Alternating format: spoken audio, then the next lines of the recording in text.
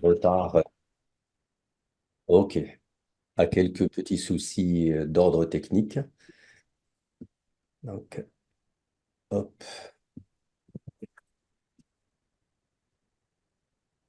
Et donc, je vous dis à toutes et à tous, bienvenue à ce deuxième séminaire de la semaine ramadanesque organisé pour la troisième édition par le cabinet Horizon RH, qui est un cabinet spécialisé dans le développement des compétences pour ceux qui ne le connaissent pas, qui est basé à Tanger.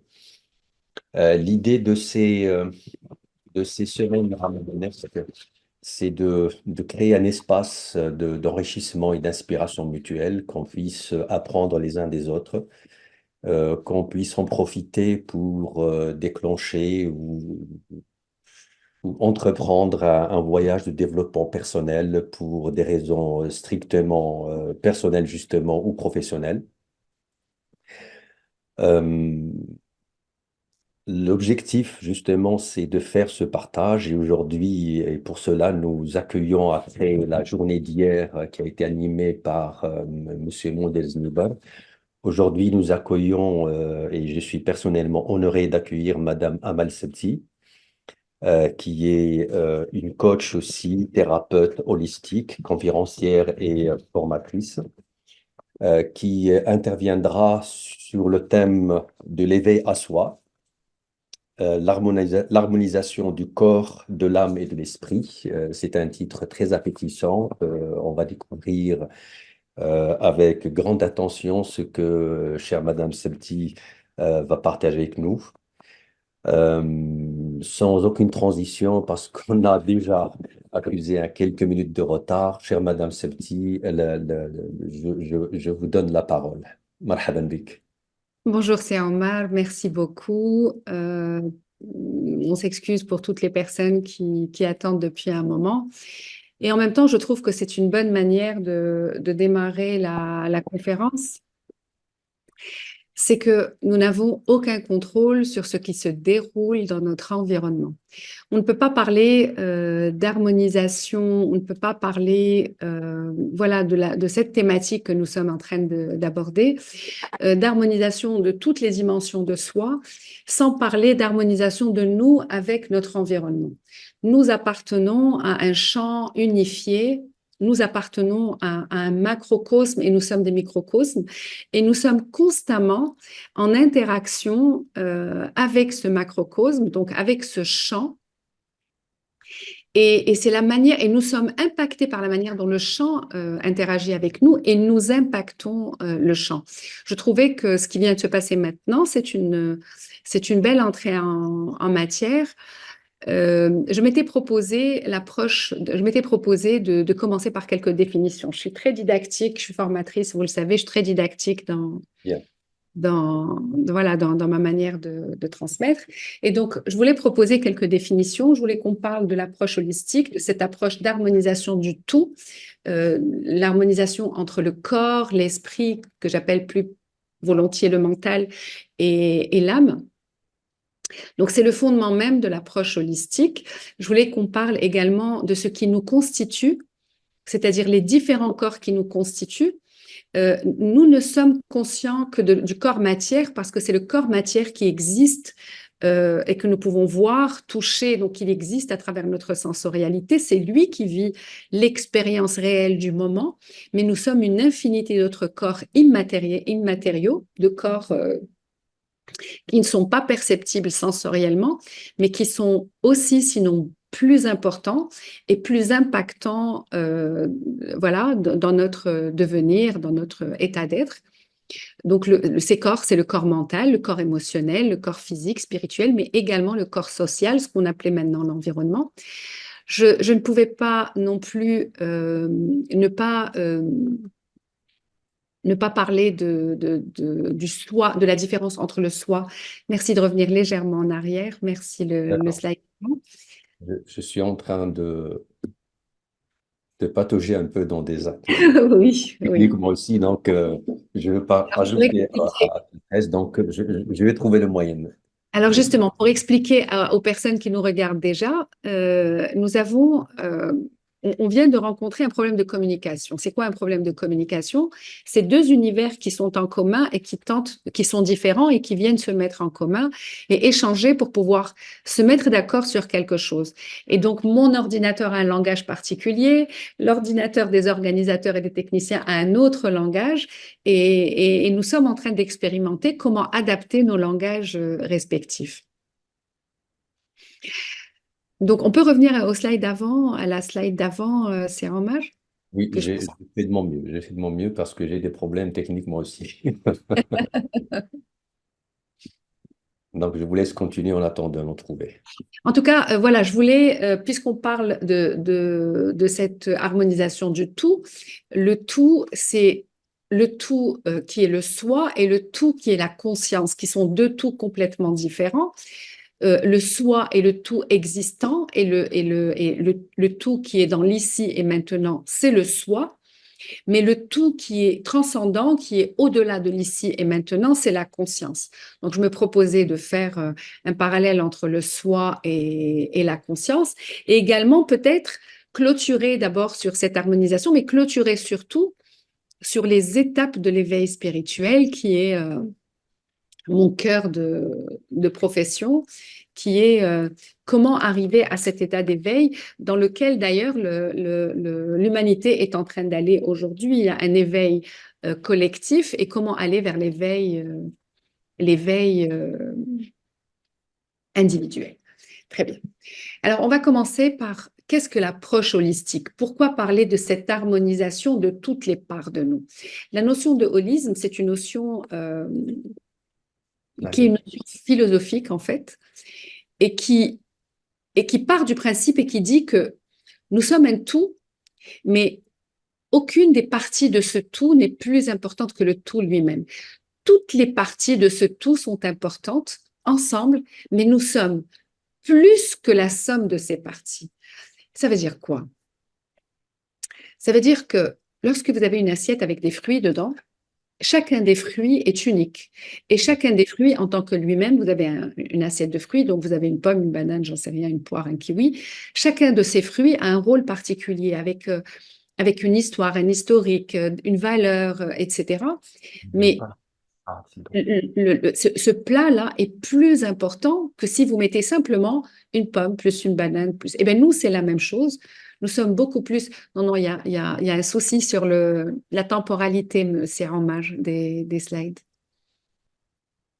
Oui, Madame Septi, un vrai problème parce qu'il a planté de mon côté, donc je suis en train de coordonner le technicien pour régler ça. Oui, très bien. Donc, l'approche holistique, c'est l'approche. Peut-être ne pas partager à ce moment-là, Oui, c'est ce que j'essaie de faire. pendant qu'on puisse solve le problème. D'accord. Ok, Madame Septi, on essaie. Merci. Yacine, est-ce que tu peux prendre la main? Oui.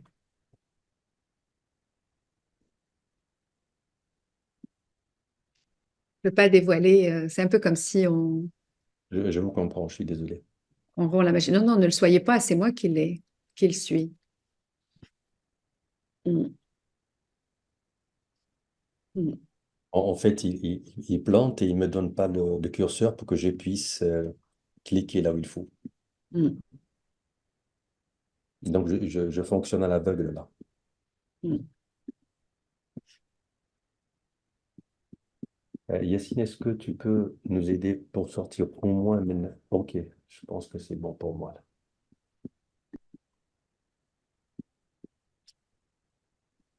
Mm.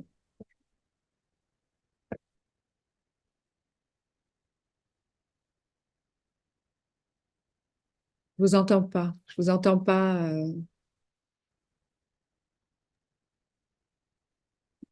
Je vous entends pas, c'est hommage. Madame Amal, vous m'entendez là? Là, maintenant, je vous entends. Ok. Donc, je vais revenir à la diapo. Très bien, très bien, très Je, bien. j'arrête le partage, je reviens pour que ça soit bien fait et j'espère que cette fois-ci, il ne va pas planter.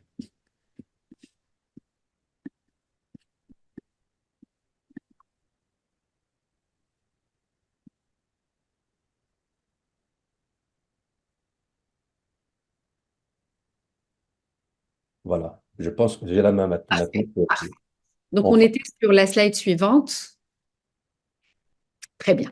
Donc, le principe du holisme, le raccourci qui est pris par tous les courants qui s'intéressent au holisme, y compris la santé d'ailleurs, y compris l'OMS aujourd'hui qui s'intéresse de plus en plus à l'approche holistique, mais aussi tous les styles de management, etc.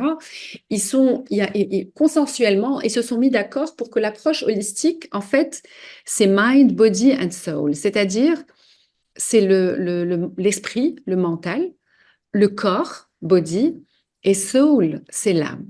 Mais au final, l'approche holistique, c'est beaucoup plus. C'est l'environnement, c'est les relations, c'est les émotions, enfin, c'est toutes les dimensions de notre être qui interagissent en même temps et en permanence. On peut avoir la slide suivante. Alors, en attendant d'avoir la slide suivante, non, c'était pas celle-ci, il me semble. Oui, très bien.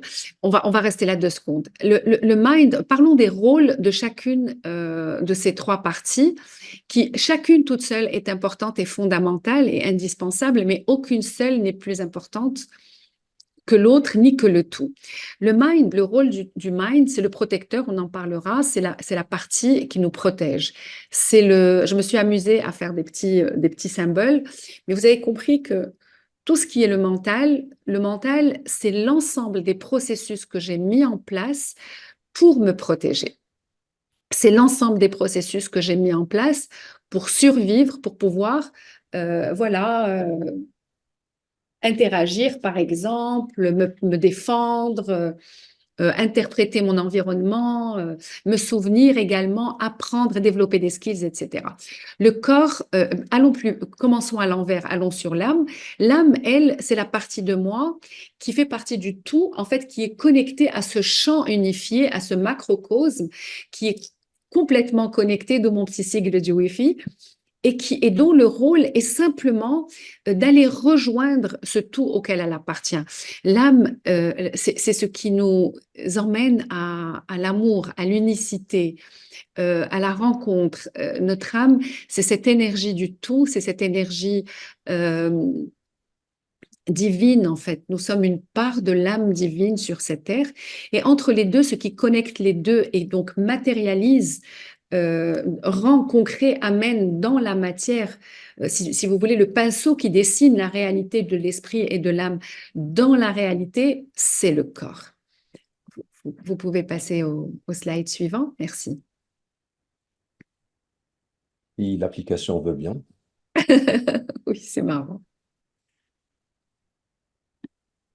Oui, très bien.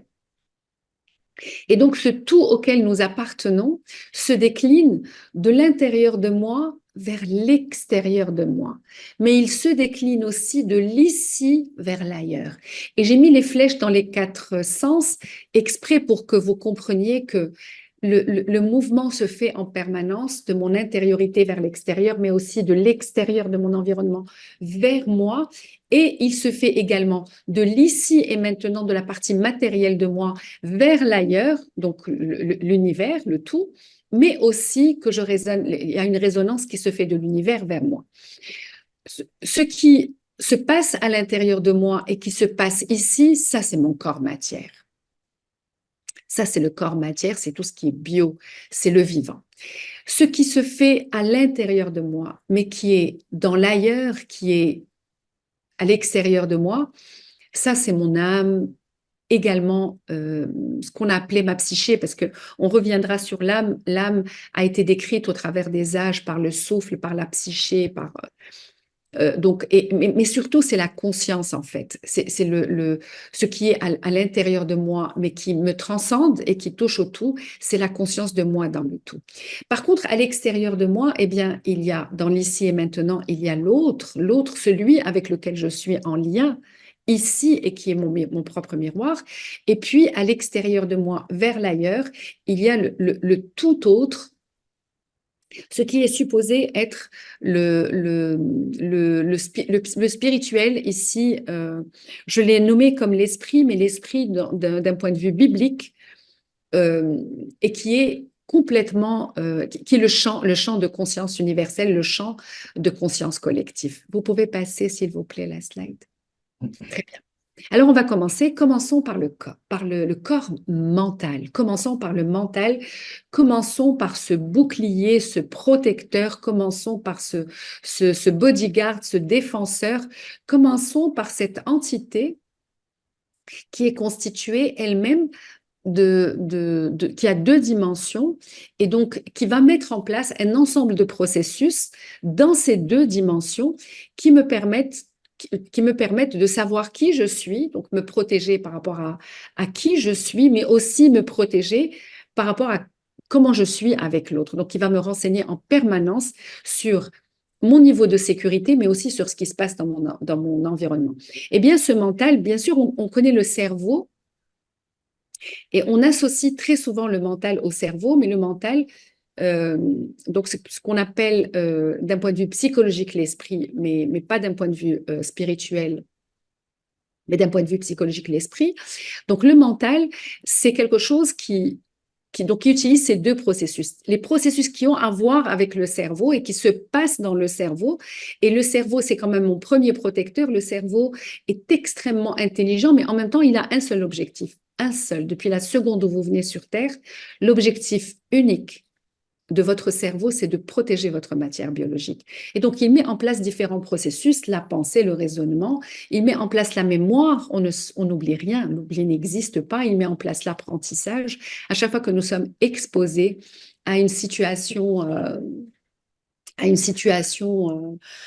nouvelle, eh bien, nous la conceptualisons, nous l'intégrons à l'intérieur de la connaissance de nous-mêmes, mais surtout quelque chose qui est important et qui est récent, qui est la plasticité cérébrale. La plasticité cérébrale, c'est quelque chose, je vais m'arrêter quelques minutes.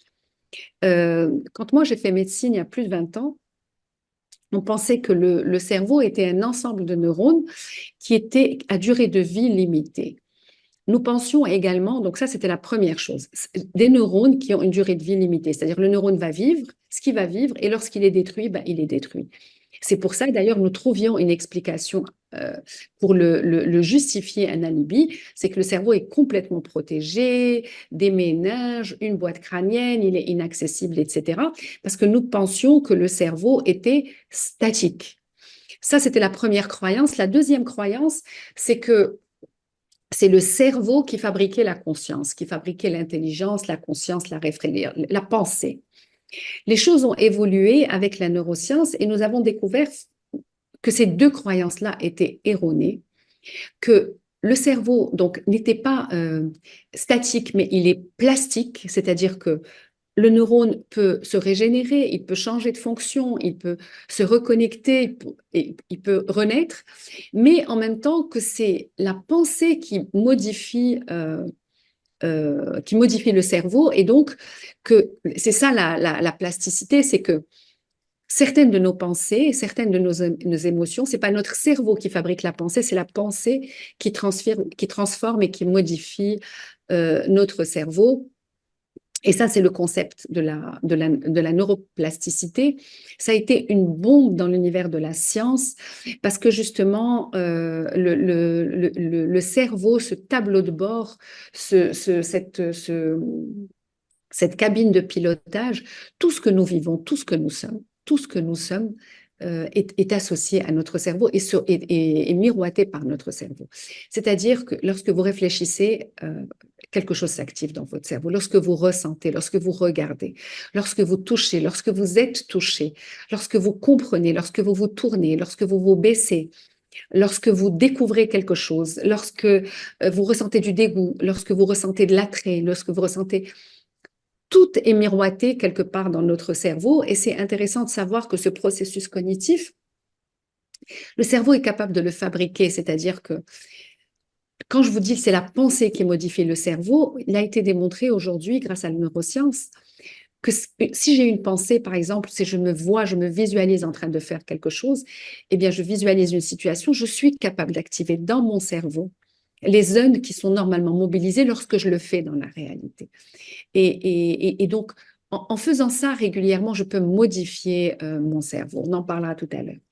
Alors, il y a tous les processus cognitifs, c'est-à-dire le fonctionnement du cerveau, mais il y a également tous les processus psychiques, psychologiques, c'est-à-dire le fonctionnement de ma psyché.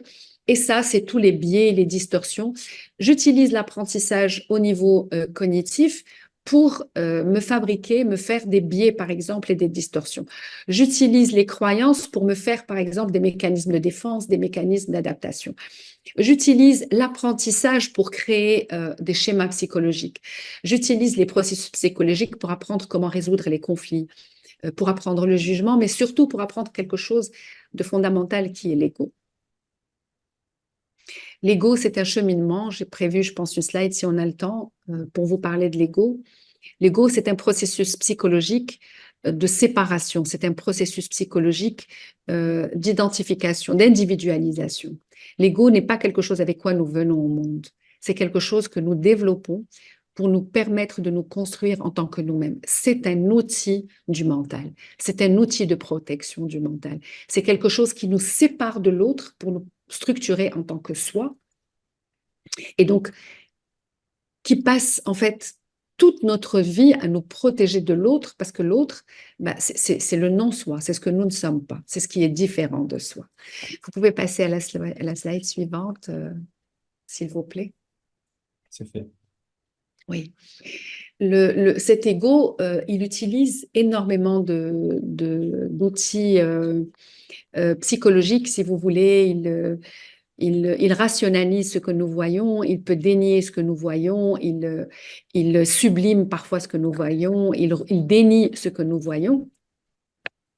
Mais en même temps, d'un point de vue cognitif, d'un point de vue cérébral, je ne pouvais pas faire cette conférence sans parler du cerveau et de comment fonctionne le cerveau pour comprendre justement que de quoi nous sommes en train de parler. Nous sommes en train de parler de cette harmonisation entre soi et le tout. Quand on dit mind, body, soul, les différentes parties de nous, etc., en fait, c'est une harmonisation entre nous et le tout.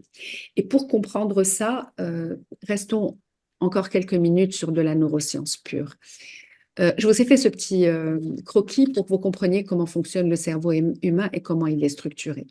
En fait, il est structuré en trois entités. Le cerveau humain est structuré en une première entité qui est le cerveau reptilien. Le cerveau reptilien, l'approche évolutionniste, nous sommes musulmans et nous sommes dans une approche créationniste, mais dans l'approche évolutionniste, donc l'approche darwinienne, nous sommes un premier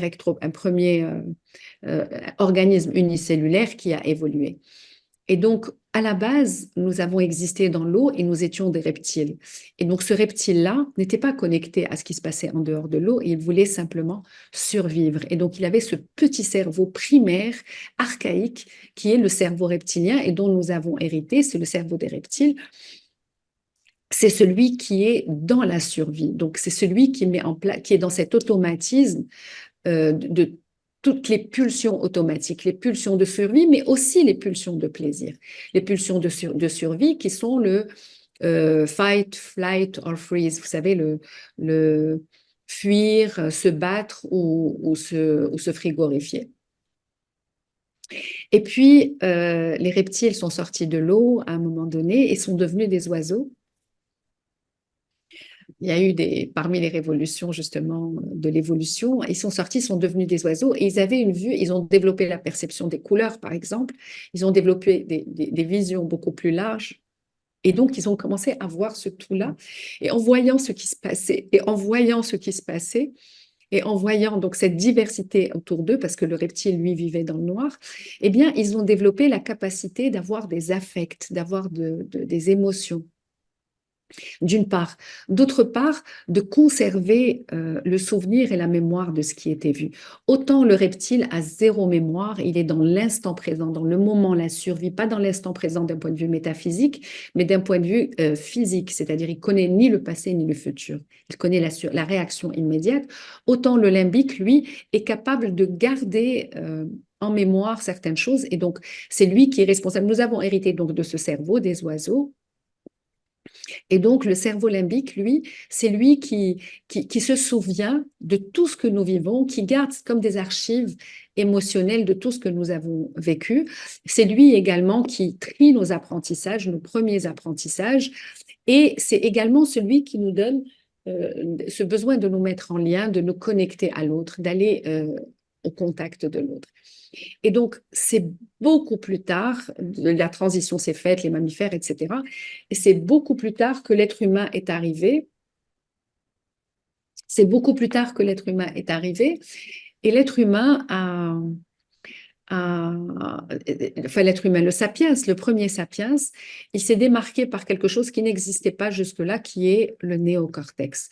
Donc la partie corticale, qui est la partie du raisonnement, de l'intelligence, qui est la partie qui est capable de réfléchir, qui est capable de pragmatisme, qui est capable de mettre en lien et qui est capable aussi, surtout, de créer le futur. C'est la partie également qui est capable d'empathie, qui est capable de solidarité. C'est la partie intelligente, en fait. La partie intelligente, c'est ce néocortex. Alors, on ne peut pas parler de spiritualité, d'âme, sans parler d'une partie de ce cortex qui est le cortex singulaire. Il faut que vous sachiez que les trois parties du cerveau interagissent en permanence, c'est-à-dire qu'à peu près tout ce que nous vivons, quand vous vivez une journée, tout ce que vous vivez, vous ressentez, vous voyez, parce qu'avant, on pensait que l'inconscient était situé quelque part, le conscient ou là, les émotions quelque part. Non, toutes les parties du cerveau sont connectées.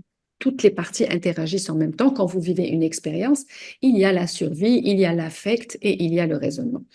Mais la neuroscience s'est rendue compte que lorsque je suis dans la survie, au moment où je suis dans la survie, eh bien, je ne peux plus accéder à mon néocortex. Je ne peux pas accéder à mon néocortex. C'est un peu comme s'il y a une partie de mon cerveau qui saute pendant que je suis dans, voilà, bien sûr, toutes les parties quand je suis dans la peur, par exemple, quand je suis dans la colère, par exemple, quand je suis dans me défendre, dans me protéger, je n'ai plus accès dans mon néocortex. Or, dans mon néocortex, il y a une partie qui s'appelle le cortex singulaire. Dans le cortex singulaire, c'est quelque chose qui est récent, c'est un grand chercheur, Brodmann, qui a découvert un neuroscientifique qui a découvert cette partie-là du cerveau. Alors, bon, ce n'est pas un cours de neurosciences, c'est très complexe le cortex singulaire parce qu'il y a un cortex singulaire antérieur, postérieur, droit, gauche, et donc ça rentre dans différentes fonctions. Mais nous, la partie qui nous intéresse, c'est que ce cortex singulaire, c'est la partie qui est capable, qui a besoin de comprendre, qui a besoin de ressentir l'ordre des choses. On dit que c'est la partie c'est elle qui est responsable de la spiritualité, dans le sens que c'est elle qui gère l'intention, par exemple, c'est elle qui gère la manière, qui trouve du sens. Voilà, c'est la partie qui cherche le sens dans tout ce que nous vivons. Alors, cette partie-là, c'est la partie qui détecte quand les choses ne sont pas alignées. C'est la partie qui détecte les conflits, par exemple. C'est la partie qui détecte les failles de raisonnement, par exemple. C'est la partie qui nous informe lorsqu'on a une erreur de comportement. Par exemple, lorsqu'on a un certain comportement, c'est elle qui nous dit c'est pas OK, corrige-toi. C'est pas OK ce que tu as fait. T'es pas aligné avec ce que tu es en train de faire. Et c'est la partie qui est activée quand il y a ce qu'on appelle une dissonance cognitive. La dissonance cognitive, c'est lorsque toutes les parties de moi ne sont pas alignées, ne sont pas d'accord, sont en conflit. Eh bien, je vous dis ça pour vous dire, l'harmonisation de toutes les parties de nous, c'est ce qui nourrit cet équilibre entre l'ordre entre toutes ces parties de nous, le fait de trouver du sens à ce que nous sommes, le fait de trouver du sens et de trouver un alignement à ce que nous ressentons, par exemple, à ce que nous pensons, à ce que nous faisons, et qui nous corrige dans ce que nous faisons, cette partie-là, qui est dans le cortex préfrontal, nous n'avons plus accès à cette partie-là lorsque nous sommes dans la partie survie, nous sommes dans le tout matière, dans le tout survie, dans le tout biologique, nous perdons l'accès à cette partie qui est le cortex préfrontal, nous n'arrivons plus à aller qui est le cortex singulaire. Ce qui apaise le besoin de chacune de ces parties, le besoin de toutes ces parties-là, donc du cerveau reptilien, son besoin fondamental, c'est d'être rassuré, c'est de travailler sur la peur, travailler sur la sécurité, sur le sentiment de sécurité. Ce qui nous fait le besoin fondamental de notre cerveau limbique, qui est l'affect, qui touche à la mémoire, aux émotions, c'est quelque chose qui est extrêmement apaisé par le contact physique, par le contact physique. Mais par contre, notre néocortex, le besoin de notre néocortex, c'est de réfléchir, de nous questionner, de nous poser des questions, de remettre en question ce qui se passe, de nous remettre en question et de remettre en question ce qui se passe dans notre environnement. Mais c'est aussi de créer et de donner du sens aux choses. Merci de passer à la slide suivante. C'est Omar, merci. À vous. Très bien. Donc, nous disions, la première partie, le premier corps, c'est le corps mental. Lui, c'est le tableau de bord. C'est ce qui nous donne des renseignements en permanence sur ce qui se passe à l'extérieur de nous, sur si nous sommes en danger ou pas, etc. Maintenant, il y a un autre corps en nous qui est intégralement connecté au corps physique, c'est le corps émotionnel, c'est notre boussole interne, c'est notre GPS interne.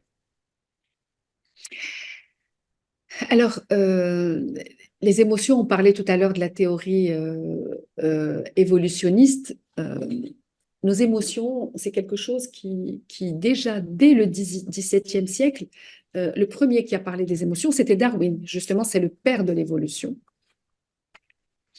C'est lui qui avait dit que nous avons besoin de nous adapter à notre environnement et nous avons donc des capteurs en nous qui nous renseignent en permanence sur notre environnement. Évidemment, toutes ces croyances ont évolué, ont beaucoup évolué. Il y a eu énormément de travaux de disciplines qui se sont intéressées aux émotions. Bien sûr, il y a la psychologie, mais pas que. Il y a la phénoménologie, il y a énormément, bref, il y a le coaching aujourd'hui qui s'intéresse énormément aux émotions. Alors, les émotions, si on devait donner une définition, déjà, l'étymologie déjà nous renseigne. Les émotions et movere, ça vient du latin, c'est bouger à l'extérieur de soi. L'émotion, c'est ce qui me met en mouvement. C'est quelque chose qui fait que ce qui se passe à l'intérieur de moi me fait mouvoir, me met en mouvement. Ça vient vraiment de mouvement, movere, à l'extérieur de moi. Les émotions, c'est quelque chose d'inné. Avant, on pensait que l'émotion, c'est une fois qu'on est complètement dans l'instinct, et ça, c'est vraiment ce que la science pensait avant. On est dans l'instinct et que l'émotion, quand on commence à être en interaction. Aujourd'hui, il y a des preuves qui ont démontré, des études scientifiques qui ont démontré que le fœtus à 6 semaines, chez 6 mois, 6 semaines de vie intra-utérine, il a déjà des émotions, il est déjà impacté par les émotions de la mère, il est déjà touché par les émotions de la mère, et donc il y a une mémoire émotionnelle qui se crée à l'intérieur de ces émotions. Alors, puisque c'est ce qui nous met en mouvement, c'est important de prendre conscience de nos émotions. Nos émotions, c'est ce qui influence nos décisions. Nos émotions, c'est ce qui nous fait mettre en action. Si on va du principe que la plupart de ce que nous vivons part d'une pensée, la pensée génère l'émotion et c'est l'émotion qui nous met en action. Et donc, toute émotion a une expression comportementale associée, à une réponse physique associée à l'émotion. Je vous ai mis les 4 émotions fondamentales. Alors, il y a des chercheurs qui ont beaucoup, des anthropologues en fait, parce qu'ils se sont intéressés c'est l'anthropologie qui s'est intéressée aux émotions de manière vraiment poussée, et également l'éthologie, la science des oiseaux, etc. Bref. Mais les anthropologues se sont rendus compte qu'ils pouvaient aller dans des pays industrialisés ou dans des petites tribus reculées, inaccessibles, auxquelles l'information est inaccessible. On retrouve toujours au moins 4 émotions fondamentales au moins 4 émotions fondamentales qui sont, je ne les ai pas mises là. Là, je vous ai mis la manière dont le corps réagit. On s'est amusé à scanner le corps. Et ça, je vous ai mis cette photo-là pour vous expliquer que les émotions sont intimement liées au corps. Les émotions sont quelque chose qui s'exprime dans le corps, qui modifie la chimie du corps. Et donc, si nos décisions, nos comportements dépendent de notre chimie, vous comprenez à quel point il est important d'être dans cette santé globale, dans cette santé holistique.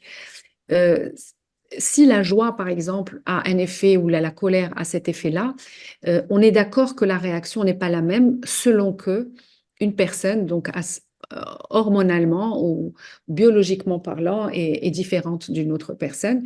Et à quel point la mémoire, par exemple, qui est dans ces cellules, va impacter nos comportements. C'est important d'être conscient de nous de manière holistique, mais surtout d'être conscient de notre corps parce que tout ce qui s'exprime à travers notre corps. Alors, Donc, je Madame, continue. ces couleurs ont signification? Oui, ces couleurs ont une signification, des couleurs chaudes, des couleurs froides. J'ai mis en référence la neutralité. Vous avez le neutre. Le neutre, eh bien, aucune partie du corps n'est allumée.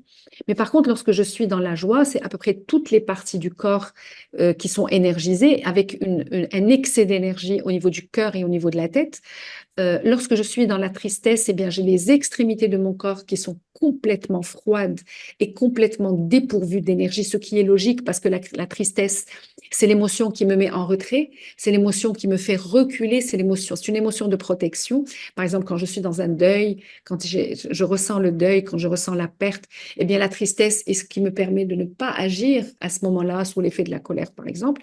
Mais par contre, la colère, elle active tout le haut du corps, elle énergise énormément tout le haut du corps parce que c'est l'émotion qui me fait me battre, c'est l'émotion qui me dit ton territoire est violé, tes valeurs sont touchées, eh bien tu dois énergiser le haut de ton corps, donc toute l'énergie monte au haut de mon corps.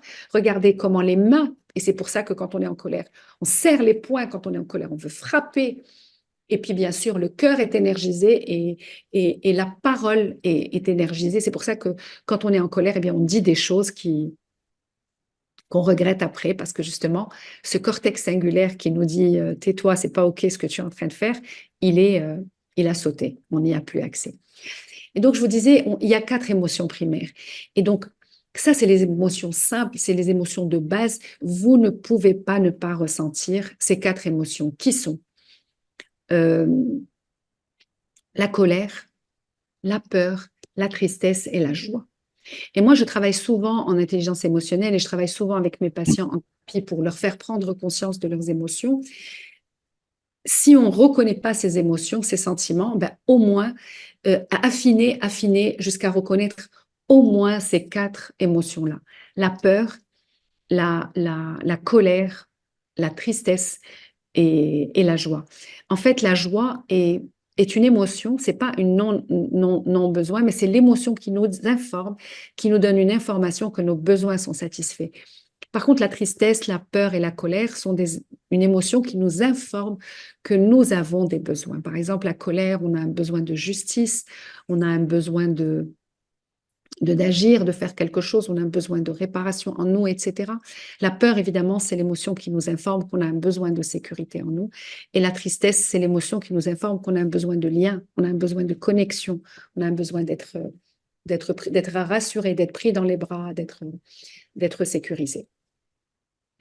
Alors, il y a 1000 et quelques émotions complexes à partir de... Alors, les anthropologues, ils ont défini ces 4 émotions, mais il y en a 2 qui se sont rajoutées, qui sont le dégoût et la surprise. Je ne veux pas développer. Ils se sont rendus compte que c'est des émotions universelles. Tout le monde les ressent. Mais au final, qu'est-ce que nous ressentons tout au long d'une journée? Tout au long d'une journée, vous avez tous lu quelque part nous avons 60 000 pensées par jour. Ben, à peu près le tiers de ces pensées fabrique une émotion, nous donne une émotion. Et cette émotion, elle peut être simple, ça peut être juste de la peur, mais elle peut aussi se complexifier, devenir une émotion complexe. Il y a 2 manières de se complexifier. Elle va se se complexifier. Donc, en intégrant différentes émotions entre elles, par exemple la colère et la peur, la colère et la tristesse et la joie, ainsi de suite. Mais elle peut aussi se complexifier en devenant un sentiment, c'est-à-dire en durant, en se prolongeant dans la durée.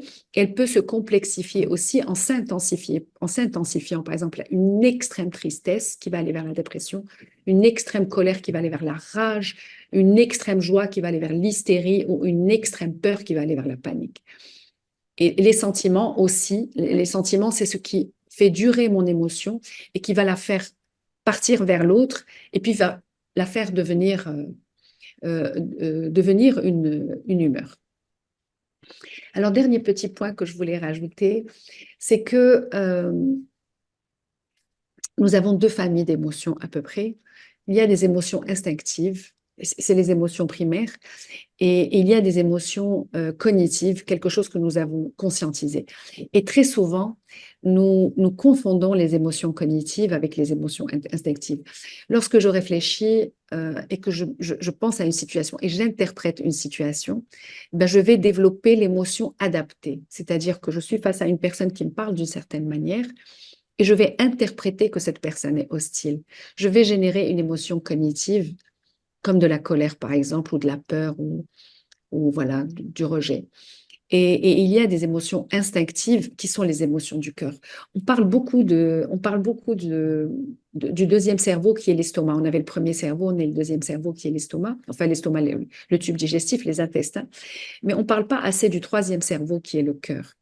Le cœur est le siège d'une intelligence intuitive. On s'est rendu compte aujourd'hui qu'il y a une mémoire dans le cœur. Depuis toujours, depuis la nuit des temps, hein, depuis vraiment les temps les plus anciens, on associe les émotions au cœur, on dit le cœur. Quand la science est arrivée, elle a dit, ah non, on n'est pas d'accord, les émotions, c'est dans le cerveau, c'est le cerveau limbique, justement. Et c'est le cerveau qui guide avec toute la chimie des émotions qui est sécrétée, les neurotransmetteurs, etc., qui sont sécrétés par nos axes endocriniens, mais qui démarrent dans le cerveau.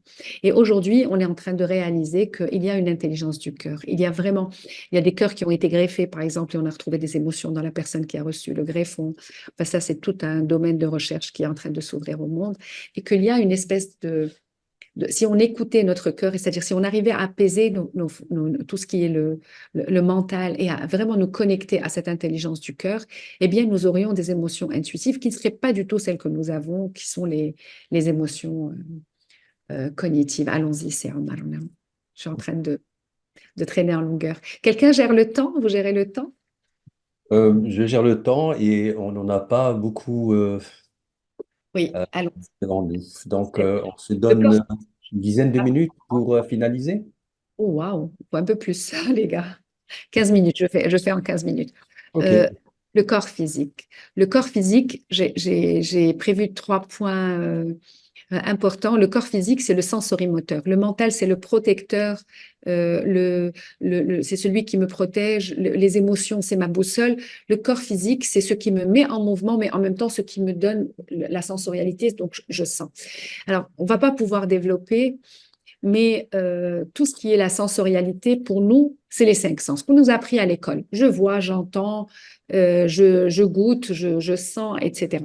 Nous savons aujourd'hui que nous avons des capteurs, par exemple, qui nous informent sur la température, qui nous informent sur les humeurs, sur nos humeurs, qui nous informent sur la posture.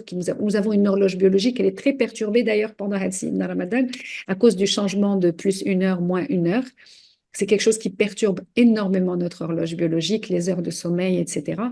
Nous avons une sensorialité, nous sommes capables, si on vous met dans une pièce et qu'on vous enferme, ben vous êtes capable de vous réveiller, de vous rendormir. Votre corps est capable de régler plus ou moins voilà, ses rythmes, etc.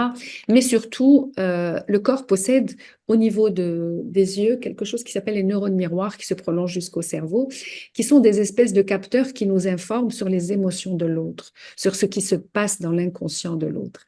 Et donc, nous pouvons, par exemple, intellectuellement comprendre que la personne qui est en train d'hurler là-bas toute seule et de s'agiter, c'est juste quelqu'un qui est en souffrance. Mais si nous le regardons sans être attentifs à nos propres émotions, nous serons contaminés par sa colère.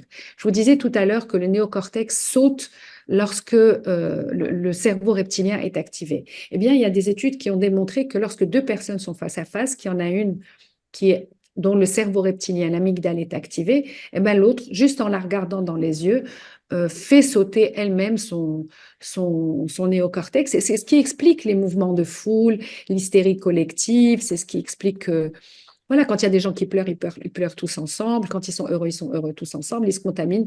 Parfois, on va dans un endroit, les gens pleurent, on ne sait pas pourquoi on pleure. On pleure parce que nous avons ces capteurs-là de l'humeur de l'autre, de la tristesse de l'autre. Nous sommes naturellement empathiques. Très bien. Le corps concerne également le comportement. Alors, le comportement, c'est pas seulement ce qu'on fait, c'est ce qui nous met en lien avec notre environnement. Le comportement, c'est la posture, c'est l'attitude, c'est toutes les réactions, etc.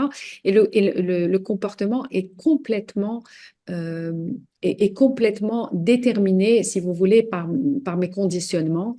Euh, Pourquoi je vous parle du corps? C'est pour pouvoir à la fin harmoniser tout ça et comment c'est connecté. Si par exemple, à l'intérieur de moi, j'ai cette croyance, je suis quelqu'un d'extrêmement méfiant, qui pense que le monde est hostile, que les gens m'en veulent, qui me veulent du mal, etc., ben, je vais générer des émotions. Ça, c'est mon protecteur qui me dit ça.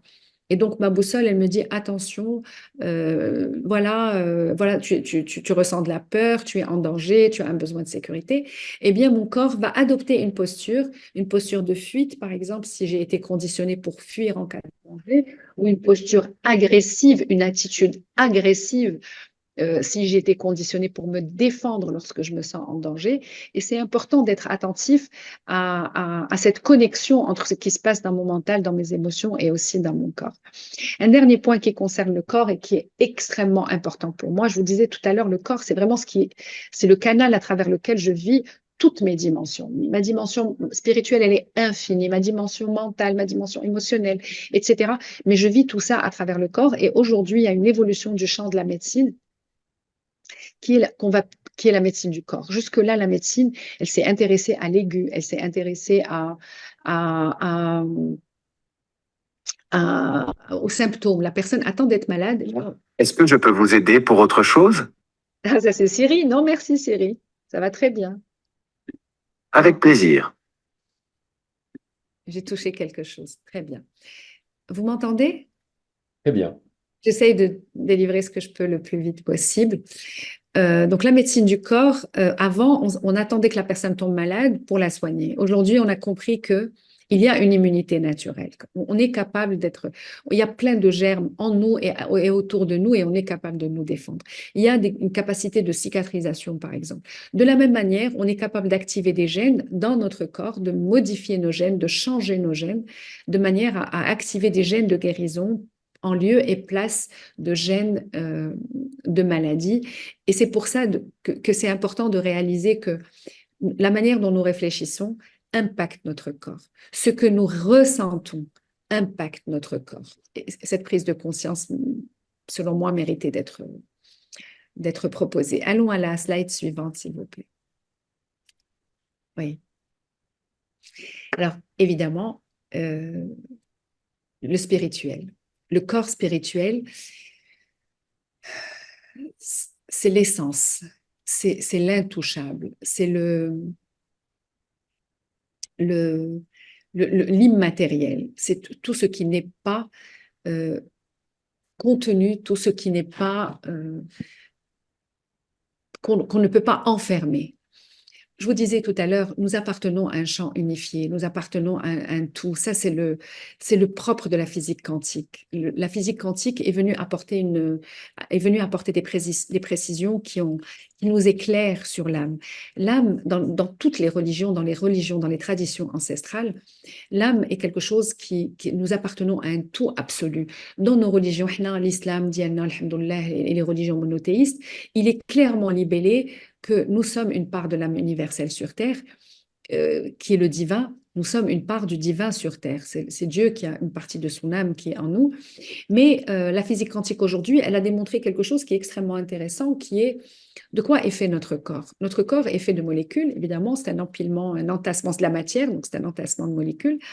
Et ces molécules, entre elles, Ces molécules sont faites d'atomes, et l'atome, lui, est fait d'un noyau et d'électrons en mouvement, en vibration autour. Eh bien, ça, c'est la même chose pour l'eau, c'est la même chose pour l'air, c'est la même chose pour la table, c'est la même chose pour tout ce qui est autour de nous. Tout ce qui est autour de nous, c'est de l'énergie, en fait. 99,9% de l'atome, c'est de l'énergie. Ce que la physique quantique a apporté et qui est très intéressant et qui ouvre le champ de tout ce qui se fait aujourd'hui sur la manifestation, la loi de l'attraction, enfin voilà. Tout ça, c'est que cette énergie peut être modifiée peut être modifiée simplement par notre attention, par l'information que nous y mettons. Je vous dis, je vous dis ça, je vois un stylo. Un stylo, c'est de la matière réelle, il existe. Ça, c'est la partie que moi, je rends réelle à travers l'information qu'il y a en moi et que je transfère sur ce stylo et je sais que c'est ce stylo. Mais si je me détourne, ce stylo n'existe plus. Il existe de manière illimitée dans le champ. Il existe par l'ensemble des probabilités. Quand vous avez cet atome dans le champ, cet atome est enfermé par la fréquence des informations qui lui parviennent, par toute l'énergie qui lui parvient. Et cette fréquence, elle circule entre vous et moi. Là, vous êtes dans une autre ville, il y a des gens qui sont peut-être dans d'autres pays. Nous sommes tous connectés à travers ces fréquences-là, un peu comme la radio, le téléphone. Regardez ma voix, elle est en train d'émettre ici, mais elle vous arrive à travers des fréquences. Eh bien, aujourd'hui, nous savons que nous n'avons pas encore les moyens de toucher cette fréquence, de la rendre réelle, de même d'ailleurs que avant de créer je sais pas moi, le télescope, on savait pas on n'avait pas accès à l'infiniment grand. Avant de créer le microscope, on n'avait pas accès à l'infiniment petit. Mais il y a une partie de nous, il existait déjà, il était déjà là, il était dans le champ. Mais c'est le fait d'avoir cette information et d'utiliser cette information qui a permis à ce tout d'exister. Pourquoi je vous dis ça? Pourquoi je vous dis ça? Je sors de la posture du formateur. Pourquoi je vous dis ça? Tout ce que tout ce à quoi on est capable de penser, tout ce à quoi on est capable de se connecter à travers notre mental ou à travers notre cœur existe déjà. Il existe dans le champ, il existe sous forme de probabilité. Ce stylo, il existe à l'infini dans l'esprit de n'importe quelle personne qui sait que ce stylo existe. Même si moi, quand je pose mes yeux dessus, je le fais exister dans sa forme matérielle, mais lui, il existe dans le champ. Pour vous, il existe aussi. Et donc, de la même manière, l'amour existe dans le champ, la richesse existe dans le champ, la réussite existe dans le champ, la création, la procréation, la paix existe dans le champ, la quiétude, etc. Et donc, toutes ces fréquences qui existent déjà, c'est l'information, c'est l'intention en fait. C'est l'intention que nous y mettons qui va transformer l'information qui est donnée à ce champ sur lequel je porte mon attention, mon regard, et qui va permettre de matérialiser cette chose à laquelle je suis connectée. Et donc, la notion de l'âme, j'ai parlé d'énergie, d'essence, etc. La notion de l'âme, c'est cette partie de nous qui est connectée au tout et qui est surtout connectée à ce champ unique, unifié de tout ce qui existe, de tout ce qui existe déjà. Et notre responsabilité est de nettoyer, de développer, d'autoriser, de libérer ce corps spirituel, cette essence en nous. Vous pouvez passer au slide suivant, s'il vous plaît. Oui. Oui. Oui. Alors, je ne pouvais pas ne pas aborder Donc, on a parlé du mental, qui est le protecteur, on a parlé de l'émotionnel, qui est la boussole, on a parlé du physique, qui est le sensorimoteur, on a parlé de l'âme, qui est l'essence de ce que nous sommes et qui est cette essence qui appartient au tout. Mais il y a le corps social. Le corps social, c'est important que vous preniez conscience que vous n'existez pas sans l'autre. Sans ce que Emmanuel Lévinas, qui est un de mes philosophes de cœur, avait appelé, qui est assez contemporain, qui est mort il n'y a pas longtemps, ce qu'il avait appelé le miracle de l'autre. L'autre, lui, il explique que l'autre existe lorsqu'on le voit et que nous existons lorsque nous ressentons sa présence dans notre vie. Et effectivement, si vous faites l'exercice, vous êtes dans une pièce et rien ne se passe. Vous êtes dans vos pensées, vous ressentez des choses, vous êtes dans vos films, etc. Mais s'il y a un tout petit bruit dans la pièce, peu importe ce qui a entraîné ce bruit, mais s'il y a un tout petit bruit dans la pièce, vous prenez conscience de l'autre et vous devenez vous-même quelqu'un d'autre qui est en relation avec l'autre. Eh bien, c'est important, on parlait tout à l'heure des neurones miroirs, je me vois dans l'autre et l'autre se voit en moi. J'ai beaucoup aimé cette citation et je l'ai mise là. Une chose n'existe qu'en vertu des relations qu'elle soutient avec le milieu dans lequel elle est plongée. C'est une citation qui vient d'un scientifique qui est totalement scientifique. Mais elle est adaptable aussi à nous en tant qu'être global. Euh, nous sommes reliés à nous-mêmes, c'est la sphère de notre identité, c'est ce que nous sommes. Et nous sommes responsables de cette partie-là, c'est le fameux soi. Il y a la sphère de l'altérité. Aujourd'hui, dans beaucoup de champs, on ne parle plus d'égalité, on parle d'altérité. L'autre n'est pas mon égal, il est un autre moi-même. Et donc, c'est le lien, c'est la communication, c'est tout ce qui se passe dans ce champ où il y a un peu de moi et un peu de l'autre. Et puis, il y a ce champ immense qui est le cosmos, hein, qui est la planète, l'univers, etc. Et du coup, notre évolution, les personnes, par exemple, qui aujourd'hui, il y a ce grand mouvement de développement de soi, de développement personnel et de travail sur soi. Le travail sur soi doit d'abord partir d'une approche endocentrée. Il doit, comme l'enfant qui vient de naître, il est d'abord centré sur lui-même.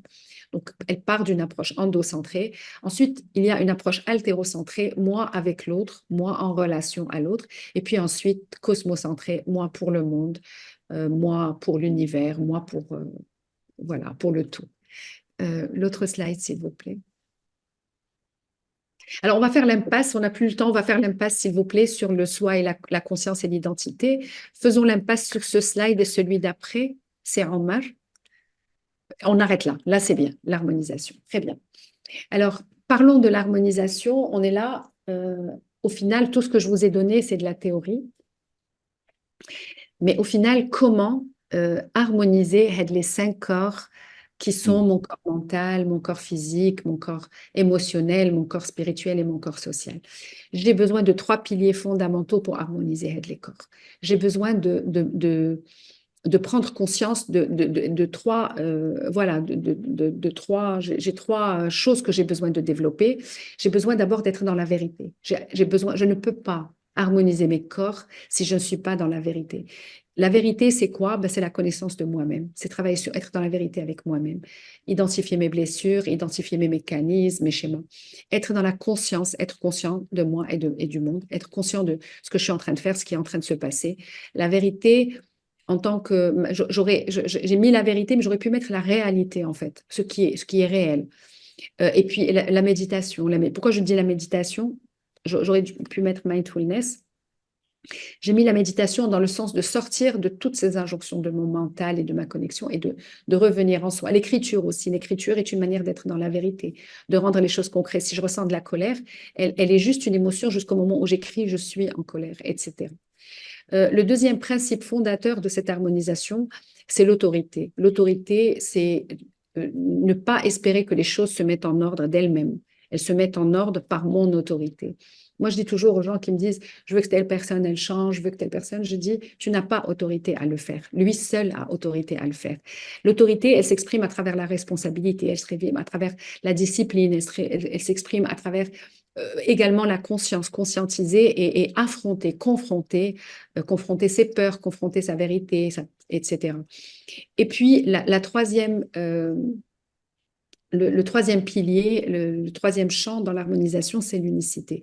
Prendre conscience que je ne suis pas seulement un corps, je ne suis pas seulement un mental, je ne suis pas seulement un ego, je suis tout ça en même temps. Développer également donc cette connexion entre moi et toutes les parties de moi, moi en tant que système, mais développer également cette connexion entre moi et l'autre, moi et le tout. Allons-y, s'il vous plaît, l'autre slide. Passons, c'est la conscience supérieure, passons, très bien. Pour clôturer, je vous propose, pourquoi cette harmonisation? Évidemment, c'est pour s'éveiller. C'est pour s'éveiller. On parle beaucoup d'éveil spirituel et je voulais saisir, moi je l'enseigne, mais je voulais saisir voilà, cette occasion pour les personnes qui sont là et qui se posent la question, c'est quoi l'éveil spirituel? L'éveil spirituel, c'est le cheminement de la vie. C'est ce que je fais de manière instinctive et intuitive en tant que vivant. Je m'applique à le faire ensuite consciemment et volontairement. Je le développe, je le crée. Et donc, j'ai structuré 8 étapes. J'aurais pu faire 6 ou 12 ou 28. J'ai fait 8 pas par hasard. Je vous ai fait 8 parce que c'est l'année du 8. Nous sommes dans l'année du 8. Et c'est une année 2024. Si vous additionnez, c'est le 8. C'est l'année, si vous prenez le chiffre 8 et que vous l'inversez, et que le chiffre est 8 et que vous l'inversez, ça vous donne l'infini. Le chiffre 8, en numérologie, etc., c'est la connexion du ciel et de la terre. C'est la connexion du céleste et du terrestre. C'est la connexion de ce qui est supérieur et de ce qui est inférieur. C'est la connexion et c'est également cet infini qui ne s'arrête jamais et qui ne cesse jamais. Donc, je voulais structurer en 8 étapes et vibratoirement en 8 couleurs. Euh, les 8 étapes de l'éveil spirituel démarrent par l'instinct de survie. Si vous regardez ces 8 étapes, vous verrez que c'est les 8 étapes du développement normal de l'enfant qui vient de naître. Le premier cri primal, c'est l'instinct de survie. Quand vous sortez du ventre de votre mère et que vous hurlez parce que l'oxygène vous a brûlé les poumons, c'est parce que vous avez envie de vivre. Donc l'éveil commence à une étape inférieure lorsque je suis dans simplement vouloir être dans l'instinct de survie. C'est les personnes qui sont dans les automatismes, ils font ce qu'il y a à faire, ils mangent, ils boivent, ils dorment, ils font vraiment, voilà, ils sont dans c'est le premier niveau de l'éveil, c'est prendre conscience lorsqu'on est dans cette étape. On est simplement dans la survie. Et il y a des personnes, malheureusement, c'est triste à dire, mais il y a des personnes qui passent toute leur vie dans ce niveau-là. Et puis, ensuite, à un moment donné, alors en général, l'éveil survient lorsqu'on a un déclic. Il y a toujours quelque chose qui se passe en nous. Il y a toujours quelque chose. C'est très rare, quelqu'un qui a l'illumination comme ça, donc c'est un choix. C'est quelque chose qui fait qu'on veut sortir de cette survie, on est bousculé, on est expulsé hors de cette espèce de voilà, d'atonie, c'est le beige, c'est pas un hasard, d'atonie de la survie et aller vers quelque chose qui est voilà, la vision magique. C'est un peu l'enfant qui, au début, il est là, il a un voile sur les yeux, il voit rien, et puis d'un seul coup, il commence à voir un peu plus loin, sa vision s'élargit, il commence à voir les autres, le bébé, il voit pas plus loin que ça, et puis à un moment donné, il y a le champ qui s'ouvre, c'est la vision magique, c'est la prise de conscience. Il y a beaucoup de personnes qui viennent en thérapie parce qu'elles ont une prise de conscience et elles disent, waouh, je suis beaucoup plus que ce que je pense être, j'ai besoin d'aide. Et donc ça, c'est la deuxième étape, c'est accepter la vision magique, c'est accepter que je suis plus que ce que je crois que je suis. Ensuite, l'enfant, quand il est tout petit et qu'il commence à réaliser, ah waouh, commence la peur de ce à quoi ça l'expose, cette magie est en train de l'exposer. Et donc, cette troisième phase de l'éveil spirituel, cette peur entraîne, chez l'enfant, c'est l'ego, la structure de l'ego, mais chez l'adulte aussi, à un moment donné, il y a cet ego. Et donc cet égocentrisme, l'ego par définition, je vous le disais tout à l'heure, c'est vraiment une structure psychologique de protection. L'enfant, au début, il est tout petit, il est là, il est émerveillé, il touche à tout, il voit, et puis il arrive à un moment, 2 ans, 3 ans, il commence à dire non à tout, et commence à crier, à vouloir, à retenir ses sphincters pour avoir le pouvoir sur son environnement, à tester son environnement. Ça, c'est l'égocentrisme, et donc c'est le troisième niveau. Une fois que j'arrive là, j'ai besoin d'un peu plus, l'enfant a besoin à un moment donné d'un peu plus d'ordre, d'un peu plus de cadre. C'est sa demande, sa manière de dire non et d'être agité, c'est un appel à plus de normes. Et donc, le quatrième niveau, c'est le besoin de normes, le besoin que les choses aient du sens, que les choses qu'ils puissent mettre les mots, qu'ils puissent mettre les mots sur sur ce qu'il est en train de vivre ou ce qui est en train de se passer en lui, c'est aller vers la compréhension justement de ce qui est en train de se dérouler en lui. Et puis, à partir de là, il développe l'individualisme. J'ai énormément de personnes en thérapie qui viennent travailler sur elles-mêmes, et à partir du moment où elles commencent à se connaître, à comprendre leurs mécanismes, etc., elles virent vers une espèce d'égoïsme, et ça les inquiète. C'est une étape provisoire et intermédiaire. C'est une étape extrême de la connaissance de soi qui nous fait réaliser à un moment de notre parcours d'éveil que nous sommes la personne la plus importante au monde pour nous-mêmes, que nous avons besoin, que nous sommes responsables de nous-mêmes, que nous devons prendre la responsabilité de nous-mêmes et voilà, du care, du soin de notre personne. Et puis, à partir de l'individualisme, naît le communautarisme, le besoin d'aller vers l'autre, la vision d'appartenir, le besoin d'aller, donc on développe l'empathie, on développe plus d'amour, etc. Et enfin, une fois que nous avons apaisé nos peurs et que nous nous sommes connectés, vient une soif, un besoin de complexité, un besoin de comprendre plus, un besoin d'aller chercher et de poser des questions, pas de l'ordre comme quand je suis au 2e niveau, au 3e niveau, des questions de l'ordre de qui m'a fait quoi, mais des questions de l'ordre de qu'est-ce qui se passe de plus important que moi? Qu'est-ce qui se passe dans ce monde? Et donc, l'humilité vient avec cette conscience de la complexité. Et une fois que j'ai questionné pris conscience de la complexité, questionné la complexité et du coup développé ma propre humilité, eh bien, nous sommes au stade ultime de l'éveil spirituel qui est la sagesse. Dans sagesse, il y a savoir, il y a paix, il y a connaissance, il y a connexion. Il y a quiétude, il y a toutes les dimensions, savoir dans le sens de savoir inné et connaissance dans le sens de accéder, etc. Paix dans le sens de sentiment de sécurité avec moi-même et avec l'autre, etc., qui est le stade ultime de l'éveil spirituel, c'est-à-dire accéder à un état où je suis une âme. Cette âme est sage puisqu'elle est connectée à la conscience universelle. Cette âme est sage parce qu'elle a la connaissance elle a conscience de ce qu'elle sait, donc elle a la connaissance de ce qui est en elle et au-delà d'elle, mais elle a conscience aussi qu'elle n'a pas le savoir. C'était Socrate, je crois. Tout ce que je sais, c'est que je ne sais rien. Voilà, mes amis, c'était marathonien, mais je voulais voilà, vous faire accéder à un maximum de petites pistes de recherche. Si je devais conclure par quelque chose, je vous invite à accueillir, à aimer et à envelopper, englober, enfin intégrer, inclure toutes les parties de vous, à accepter votre vérité, c'est-à-dire tout ce que vous ressentez est réel, tout ce que vous pensez est réel, de l'intérieur, est une vérité. Mais cette vérité, elle a à voir avec votre propre histoire de vie. Si vous êtes à la recherche d'un chemin d'éveil, si vous voulez aller entreprendre ce voyage qui est le voyage, en fait, le voyage vers ce tout, le voyage vers cet état d'être spirituel, commencer par une extrême bienveillance, une extrême conscience d'abord, une extrême bienveillance, mais une extrême responsabilité de votre personne.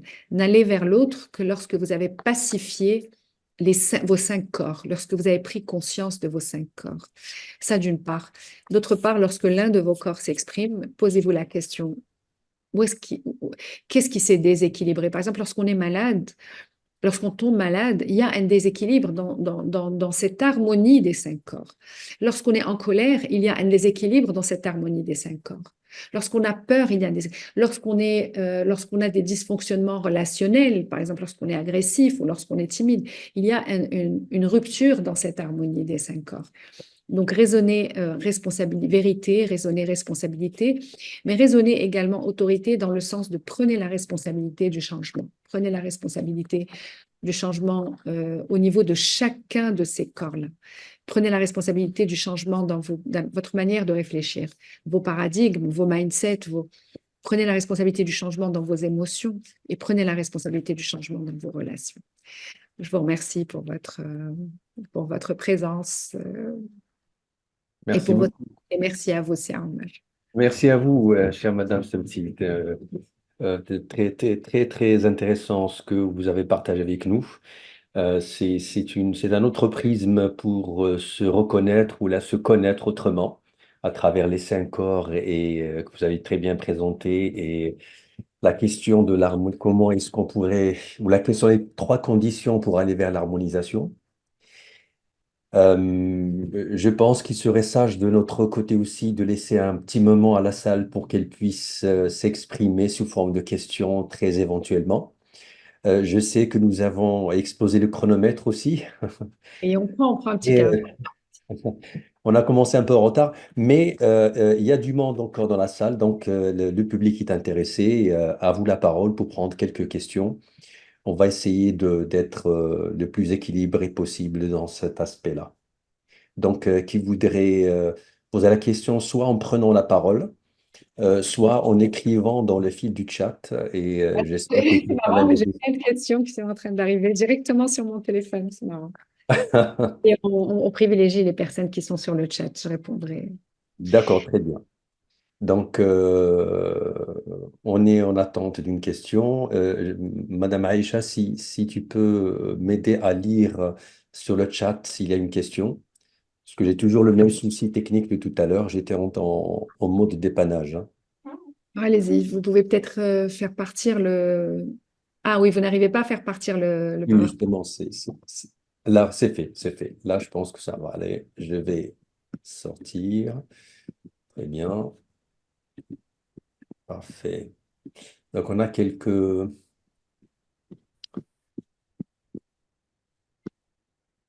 Alors, des messages en Merci bas. beaucoup. Moi, j'ai des messages directs aussi sur... Très merci bien. vraiment.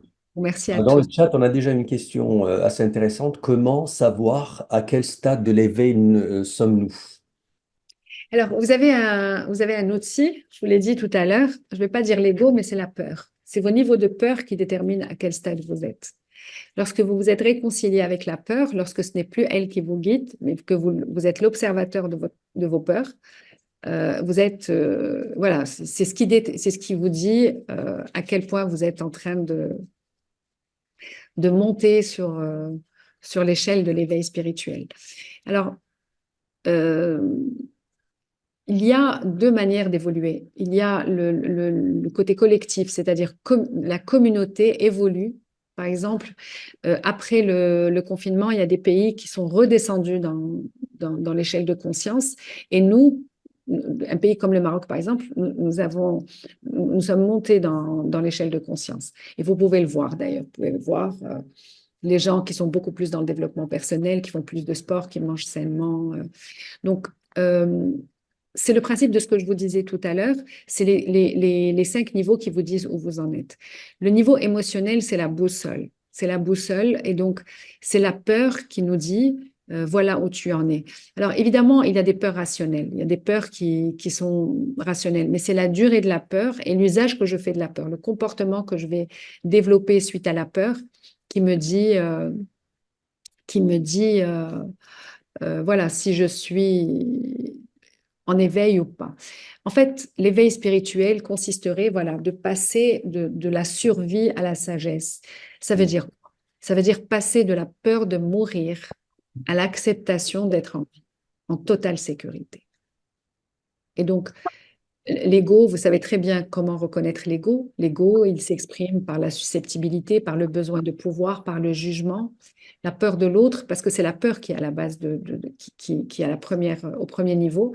Et tout le processus d'éveil consiste à se réconcilier avec cette peur, à laisser partir.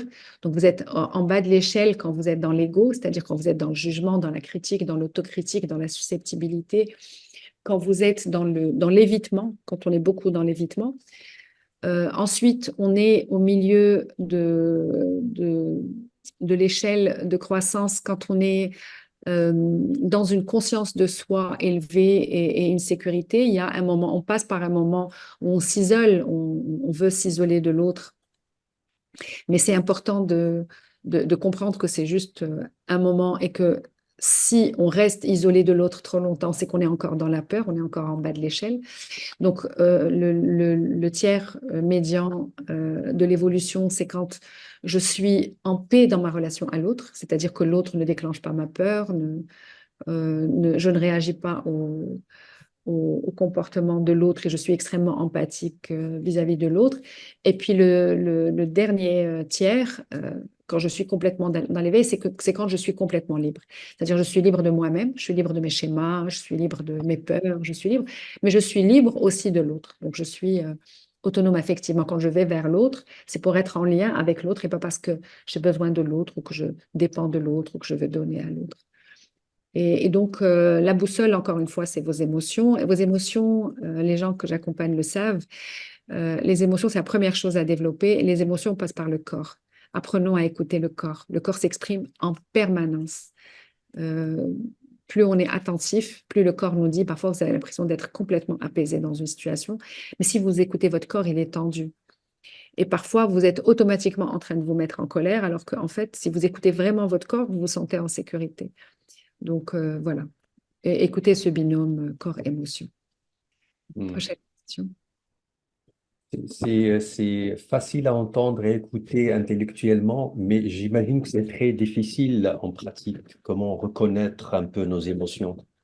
Oui, oui, Naturellement aussi. complètement. Naturel Alors, aussi. nos émotions, oui, nos émotions, malheureusement, depuis la nuit des temps, les religions, les sociétés, les cultures ont beaucoup diabolisé, ont beaucoup stigmatisé les émotions. En fait, mes émotions, c'est mon interface, c'est ce qui me renseigne sur l'autre et ce qui me fait réagir à l'autre en même temps. C'est mon interface à l'autre. Donc, mon émotion, en même temps, c'est ce qui m'amène à l'autre, mais en même temps, c'est ce qui me coupe de lui.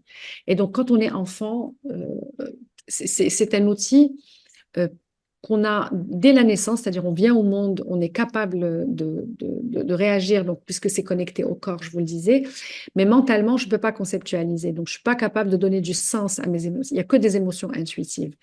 Et donc, mon environnement va venir canaliser, condamner, structurer, normer, cadrer mes réactions émotionnelles. Et donc, c'est un chemin et c'est un long chemin de se reconnecter à ces émotions. Si on doit donner un outil, un seul, à toutes les personnes qui nous écoutent, c'est élargir cet espace entre l'émotion en tant qu'information et l'émotion-réaction. C'est-à-dire, à chaque fois qu'une émotion est là, prenons le temps de la traiter. Ça a été prouvé, une émotion est supposée durer entre quelques secondes et quelques minutes, pas plus. Or, vous avez des gens qui ressentent de la colère pendant 20 ans ou pour une situation donnée. Mais en fait, parce que l'émotion n'a pas été traitée. Toutes les recherches qui sont faites aujourd'hui sur le stress post-traumatique, etc., cette émotion qui reste bloquée dans la mémoire cellulaire. Et donc, imaginons que nous prenions le temps de traiter toutes nos émotions en temps réel, à chaque seconde de notre vie. Nous traitons nos émotions en temps réel. Euh, Développer nos émotions, c'est développer conscience de quand quelque chose la déclenche. Une émotion est toujours déclenchée par un stimuli. Quelque chose se passe, ça peut être une pensée, hein, mais c'est souvent un stimuli extérieur, mais ça peut être un stimuli intérieur. Et donc, je ressens quelque chose, je dois être capable de prendre le temps pendant une fraction de seconde de traiter ce qui est en train de se passer en moi. Et ce qui est en train de se passer en moi a toujours deux dimensions. Il a la dimension de ce qui l'a déclenché, la dimension du stimuli, donc qu'est-ce que l'autre a fait ou qu'est-ce que je me suis dit, etc. Et la dimension de ce qui se passe dans mon corps, c'est-à-dire de l'information que c'est en train de me donner, du besoin, je vous l'ai dit, qui est en train de s'exprimer en moi. Si je prends le temps d'analyser mes émotions en temps réel, tout le temps, et on parle de vraiment 1 ou 2 secondes, 3 secondes. شكرا بالتوفيق سعيد تقبل الله عليك جاي طيبا الله يحفظك الله يبارك فيك. Oui, désolé, madame Sebsi. Vous disiez, et puis il y avait une main levée tout à l'heure, mais qui a disparu, c'était madame Oui, Asma qui c'est a une moi. Oui, question. Euh, bonjour. Allez-y, madame Asma. Bonjour. Bonjour. Merci infiniment, Lalla Amal. C'est toujours un plaisir de vous écouter, de suivre vos conférences. Vous avez une manière artistique de transmettre l'information. Donc, je voulais rebondir sur l'échelle de l'éveil spirituel et demander si on arrive à un niveau ou un degré, est-ce que ça reste figé ou est-ce qu'on peut redescendre dans le niveau inférieur s'il y a un challenge, s'il y a une situation désagréable ou défavorable. Et donc, est-ce qu'il y a euh, des mouvements entre les niveaux ou c'est bien, c'est acquis. Une fois on arrive on atteint le niveau supérieur, c'est acquis. Merci. Merci beaucoup pour cette question. Alors, Merci. effectivement, l'éveil, il est évolutif et instable. Il est comme tout, il est comme l'estime de soi, la confiance en soi, il est comme la connaissance, le savoir, il est comme les compétences. Il est évolutif et instable. C'est-à-dire que, c'est pour ça que je vous disais tout à l'heure, il est de notre responsabilité de faire ce chemin. Il ne se fait pas de manière intuitive. Effectivement, on ne revient jamais au niveau inférieur. Quand on a démarré ce processus, il n'y a aucun moyen de revenir à l'état de non-conscience, c'est-à-dire de revenir à l'état primaire de la survie. On ne revient jamais. Mais par contre, si je suis au niveau 6, je peux redescendre au niveau 4. Il peut se passer quelque chose. Alors, il y a deux choses qui se passent, évidemment, comme pour tout, c'est de l'extérieur ou de l'intérieur. Soit il y a une situation à l'extérieur de moi, par exemple, qui va réveiller, qui va réactiver mes mécanismes. La mémoire, tout ce que je suis, tout ce qu'on disait tout à l'heure sur le mental, ce n'est que de la mémoire. Mes croyances, mes connaissances, mes mécanismes de défense, tout ça, c'est que de la mémoire. Donc, si je les utilise pas, si j'utilise pas, je sais pas, moi, je faisais du piano, puis j'ai arrêté de faire du piano. Au bout d'un moment, j'ai l'impression d'avoir oublié. Donc, je vais me concentrer sur d'autres choses. Mais si je me remets au piano, si une situation me remet au piano, je vais réaliser que, ah tiens, je me souviens. Et donc, effectivement, si je suis dans une situation qui va venir réveiller, réactiver ma mémoire, donc ma mémoire traumatique, ma mémoire, mes blessures, mes peurs, etc., je redescends dans l'échelle. La bonne nouvelle, c'est que c'est plus facile, par contre, de remonter. Alors, plus je reste éveillée longtemps, plus j'arrive à rester en conscience longtemps, plus ça va être compliqué de redescendre, plus ça va être facile pour moi de rester haut en conscience. Donc, le niveau de conscience, on a fait l'impasse tout à l'heure parce qu'on n'avait pas le temps sur cette notion de conscience et d'identité. L'identité, on peut la changer à tout moment, mais la conscience, elle est progressive. Et donc, si j'arrive à un certain niveau de conscience, et plus je suis dans la conscience, voilà, moi, je tombe dans les pièges de mon mental, par exemple, ou là, de mes relations. J'espère avoir répondu à votre question.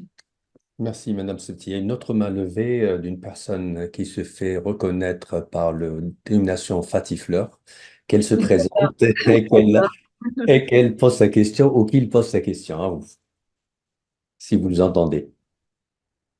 Oui, merci, Monsieur Belkhairi. Marhaban. Merci, Monsieur Belkhairi. Merci, Madame, pour la présentation. C'était vraiment très intéressant.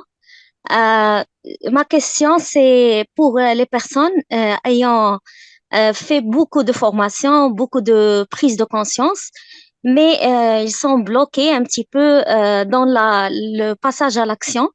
C'est pour modifier le comportement, la personnalité, peut-être les croyances, etc. Et ici, c'est le mental. Il reste bloqué dans le niveau mental.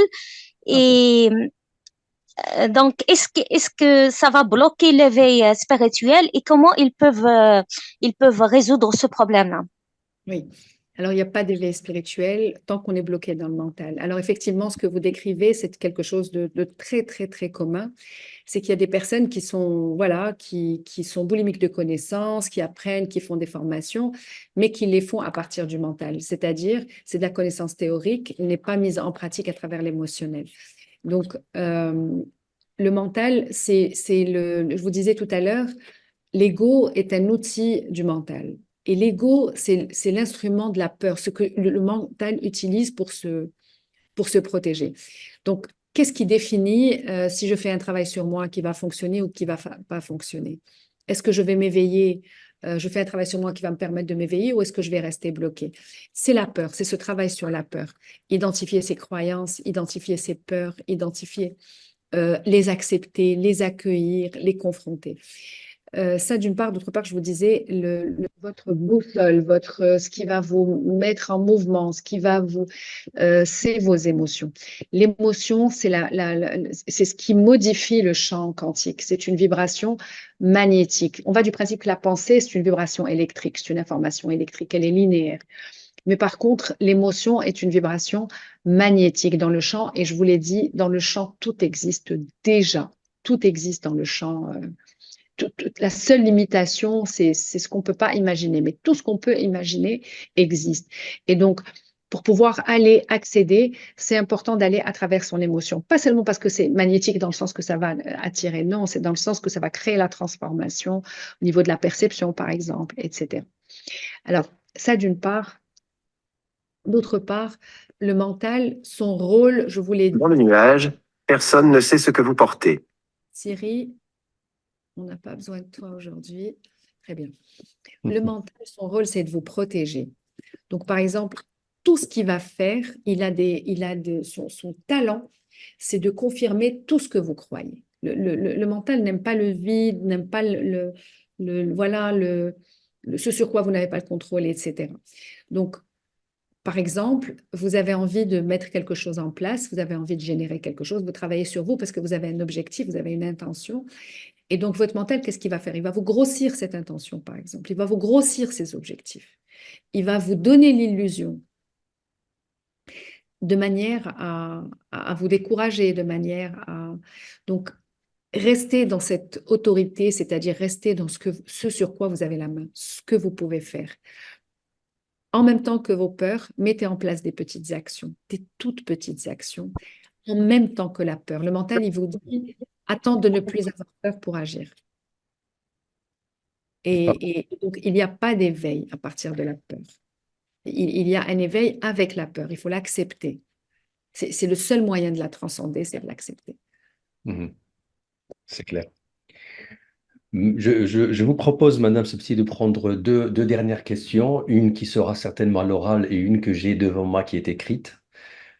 Comme ça, on est dans ce qui est de l'ordre de l'acceptable en termes d'intervention, ne pas trop vous solliciter, et d'une part, et pour permettre aux gens de se libérer. Donc, il y a Madame Hayat qui a levé la main. Je propose qu'elle pose sa question et avant de répondre, je vous délivre celle de Madame Mouna. Madame Hayat, à vous si vous entendez. Vous m'entendez? Salam alaikum. Salam, marhaban bik. Merci beaucoup pour votre présentation qui était très claire et très, comment dire, synthétique et hyper, oui, claire. Alors moi, j'ai une question. Ça concerne notre évolution, notre chemin dans la vie, hein, parce que l'éveil spirituel, vous l'avez très bien dit, c'est le chemin de toute une vie. La difficulté auquel on est confronté, c'est qu'on a parfois l'impression de cheminer seul et que notre environnement, qu'il soit professionnel, amical, familial, n'ont pas forcément cheminé ou en tout cas ne sont pas dans cette démarche de transformation. Est-ce que vous identifiez un risque d'être un petit peu, entre guillemets, marginalisé quand on a ces outils-là et quand on fait ces lectures, ces recherches et ces travaux de méditation, de respiration, enfin voilà. Oui. Merci en tout cas. Oui. Alors, Madame Sepsi, je vous donne la deuxième question si vous permettez, et qui se recoupe un peu parce que la deuxième question, elle se recoupe vraiment parce que la personne nous dit, est-ce que pour entamer le voyage de l'éveil spirituel, est-ce que c'est nécessaire d'être accompagné ou bénéficier d'un accompagnement personnalisé? Oui. Alors, c'est intéressant, je réponds à Hayat. Effectivement, quand on démarre, c'est une démarche qui est très solitaire. Je vous ai montré les étapes. On commence par une étape d'individualisme où on se crée en tant qu'individu et on se démarque de notre communauté. Et effectivement, tous ceux qui nous entourent ne sont pas prêts et ne veulent pas. Alors, il faut que vous sachiez, je vous l'ai dit, le mental, il vous protège. Et la manière de protéger, la manière dont le mental nous protège, c'est de rejeter tout ce qu'il ne reconnaît pas. Quand nous sommes face à quelque chose, c'est ce qui génère, par exemple, le jugement, la critique, l'évitement, etc., le contrôle, etc. C'est que voilà, le dénigrement. C'est que notre mental est ainsi fait qu'il rejette ce qu'il ne reconnaît pas. Ça veut dire quoi? Ça veut dire que quand on a commencé ce chemin, il faut accepter une chose et renoncer à une chose. Il faut accepter que tout le monde ne va pas, voilà, soit comprendre, soit être solidaire, soit accompagner, soit, etc. Et deuxièmement, il faut faire le deuil de cette complicité, solidarité, amour, appelez ça comme vous voulez, de ma communauté. Je peux continuer à développer mon sentiment d'appartenance et en même temps accepter que ça ne sera pas partagé. Alors ça, c'est une fois que ça c'est dit, il faut que vous sachiez que vous appartenez à un système. Nous appartenons à un système et par définition, l'approche systémique, elle dit que quand vous avez un système, ça marche pour le holisme, qui est de l'approche systémique. Nous sommes un système, nous sommes un mental, un corps, une émotion, etc. Et quand une partie de nous, nous la traitons, ça contamine toutes les autres parties de nous. La pensée, le système de pensée est un système. L'entreprise, par exemple, est un système. Quand vous touchez à un système, l'approche systémique, elle vous dit que quand un des éléments du système change, tout le système change. Ça veut dire quoi? Ça veut dire que vous soulevez le problème de cette échelle, de ce stade du développement de l'éveil entre l'individu et sa communauté. Vous n'êtes pas contre l'autre et l'autre n'est pas contre vous. C'est simplement, il faut accepter que nous sommes à des niveaux d'éveil différents et que je dois me passer d'abord du consentement de l'autre, mais surtout de la compréhension, enfin des applaudissements de l'autre, de la validation de l'autre. Développer la bienveillance pour l'autre, mais surtout développer la conscience de qu'est-ce qui fait que je me sens agressée par le fait que l'autre n'accepte pas ou que je médite ou que je fasse quelque chose. Qu'est-ce que j'attends de lui? Qu'est-ce qui fait que je ne suis pas autonome dans ma démarche? J'attends encore quelque chose de lui. Quelle est cette peur? J'espère avoir répondu à votre question. Merci beaucoup, chère Madame Sebeti. Il me reste à vous remercier pour votre belle présentation et votre générosité. Ça se ressent, même si on est avec des interfaces de type écran. Je vous remercie beaucoup. Je rappelle que vous êtes, Madame Abel Sebeti, vous êtes coach et thérapeute holistique, pour rappeler un peu qui vous êtes, conférencière et formatrice. On a été honoré de vous avoir dans le cadre de cette semaine ramadanesque. J'espère qu'on aura d'autres occasions de vous solliciter et bénéficier un peu de vos orientations dans ce domaine ou d'autres. J'adresse mes remerciements à toute l'audience qui a tenu bon jusqu'à cette heure-ci. Je voudrais rappeler que nous avons demain la troisième phase, la troisième présentation avec le coach Monsieur Mohsin Ayouch, coach certifié et fondateur du BMH Coach, qui est écrivain et conférencier. Toujours à la même heure, 16h30, 17h30, sauf s'il y a un aléa technique comme aujourd'hui, mais on va composer comme on a composé sereinement tout à l'heure. Encore une fois, merci à vous, Madame Sebti. J'ai été honoré de vous écouter personnellement. Merci à vous. Très, très belle semaine à tout le monde. Voilà, Madame Calais. Merci à vous. Je redonne la parole à Madame Aïcha pour conclure éventuellement, si elle est avec nous. Donc, Oui, oui, absolument, je suis avec très bien, vous, très Sidi bien. Omar. Je n'ai rien à rajouter. Je remercie vivement Madame Amal Sebti d'avoir accepté notre invitation, tout d'abord, et pour, deuxièmement, sa présentation assez riche. Personnellement, j'ai trouvé que ça a été hyper intéressant. Sûrement, nous allons vous recevoir, Inch'Allah, pour d'autres présentations, pour d'autres collaborations. Voilà. Merci à tous et on se dit à Parfait. demain. À demain, Inch'Allah, وبصحة فطوركم كاملين. Madame Sebti, au revoir. Merci. À bientôt, Inch'Allah. Au revoir. Au revoir et merci encore. Au revoir à tous.